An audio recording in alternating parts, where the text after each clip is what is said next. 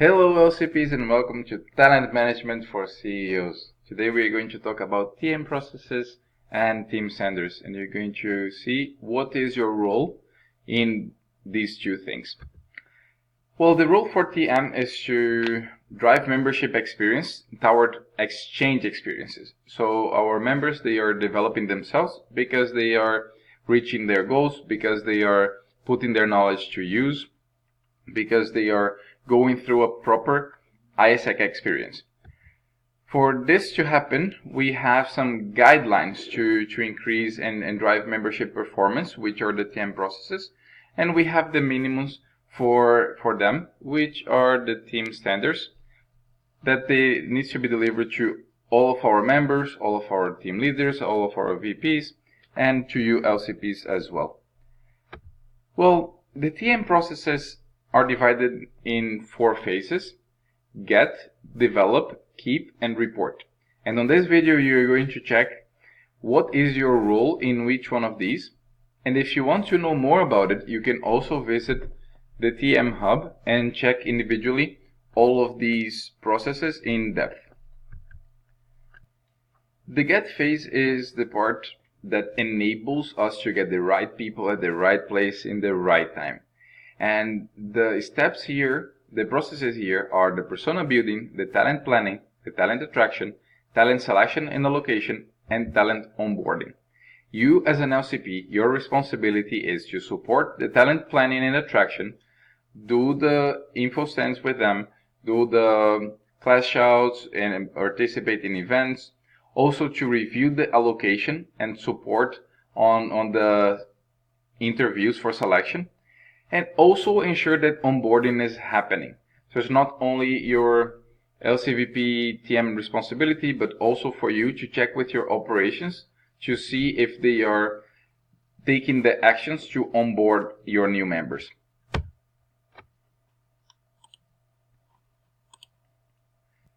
Develop is the part where we focus on, guess what, membership development. It creates an ecosystem to enable them to learn, and we are going to use here our rule for 70, 20, and 10, as in 70% of their learning is going to come from practical experience. So they need to do activities to learn in practice what they are supposed to do and to develop themselves. 20% will be from peer to peer, and 10% is from formal education, as in the education cycle that we are having currently. Here we have the performance management, the capacity building, and also the education cycle.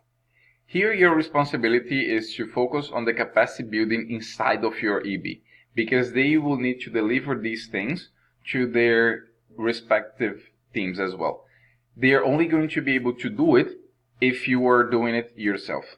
You also need to pay attention to the education cycle support, because your members, they will need to go through this national education cycle now, and they will also need to make sure that their members are doing it. So your VPs need to do it, and you need to guarantee that they are talking to their members and ensuring that they are taking all of the learnings, all of the information, that they are doing the tests so they can get certified. This phase is where you also need to do your PDP with the EB and also follow up to make sure that they are doing with their members and team leaders. Also, track whether the processes are happening within your LC. Follow up on your VPTM and also with your EB. Because it is very difficult for us to get members and invest time and energy on them, we of course need to keep them. This process is about nurturing and engaging our talent to perform more and to be more satisfied with their team experience. They need to see what is the benefit for them. It needs to connect with their why. They need to see the purpose of them being engaged, so that they can stay, they can be more engaged with us, they can have long-term career plans inside of ISEC, and then we can create leadership pipeline. So here we have the rewards and recognition, and we have the engagement assessment and the succession. Your responsibility here is to plan the R&R together with your VPTM. You can find more information about this on the Keep video on the TM Hub. Also, you need to think together about the succession plan and execution. You need to identify who from your members, who from your team leaders can take new roles, and you need to start nurturing them. You need to start engaging with them so that they are more prepared and they have clarity on what they want to do after the experience is ended. You cannot wait until you open for an application or at the end of the semester to talk to them, hey, have you thought about being a VP? Have you thought about being LCP? Because this is too late. You need to start focusing from before. You need to already start planning this. Then make sure that your VPTM presents the results of the engagement surveys and you discuss this as an action plan in your monthly review. For this, you need to make sure that your LC is filling up this engagement survey because it's where you're going to collect data to come up with plans to invest more on the members, to see where are your bottlenecks, to see your performance, to see how you can support them, what you need to change, what needs to be followed up. Then the last part is our report. It's important for us because we need to have organized information in the form of documents, right? So that we can make data-driven people decision. Your responsibility here is just to track that weekly and monthly your VP TM are filling up the tools and that the information there is accurate. Now, let's talk about team standards. Here, you're not going to find what are team standards about. You're going to find the videos on our NEC. It's already included. You can find the videos and the material. Here you're going to find out more what is your role and responsibility in delivering team standards. Here you can also find the Blue Code. It's also included in our resource hub. And what you have to keep in mind is that with your EB, you need to deliver team standards to them. It's not the MC responsibility to deliver it because you are their direct leader. They can only deliver to their members what they have also been delivered by you.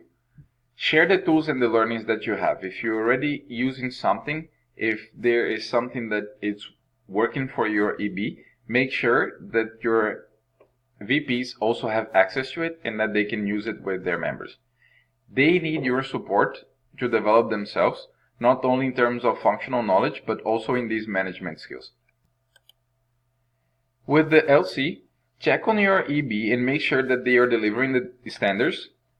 Listen to your members as well, because they are going to be the people most connected to what is happening at the LC. You can use them to cross-check information and to verify that your EB is delivering the standards, but also that they are being delivered in a proper way. For example, if your VP says that he or she has delivered the one-to-ones for that month, you can talk to the members to see how was the one-to-one and if they find it productive, so that they have a space to express their feelings and express their feedback and inputs, so that your EB can also improve. And ask for support. Even though you're the responsible for delivering and making sure the EB is delivering proper team standards, you can always reach to their respective MC or to me as MCP for material or support for them. It's very important that the MC is also involved and can also share with them tools and ways of delivering a part of the team standards that they don't feel comfortable doing it. This is it for talent management for CEOs. I hope you liked it. See you soon.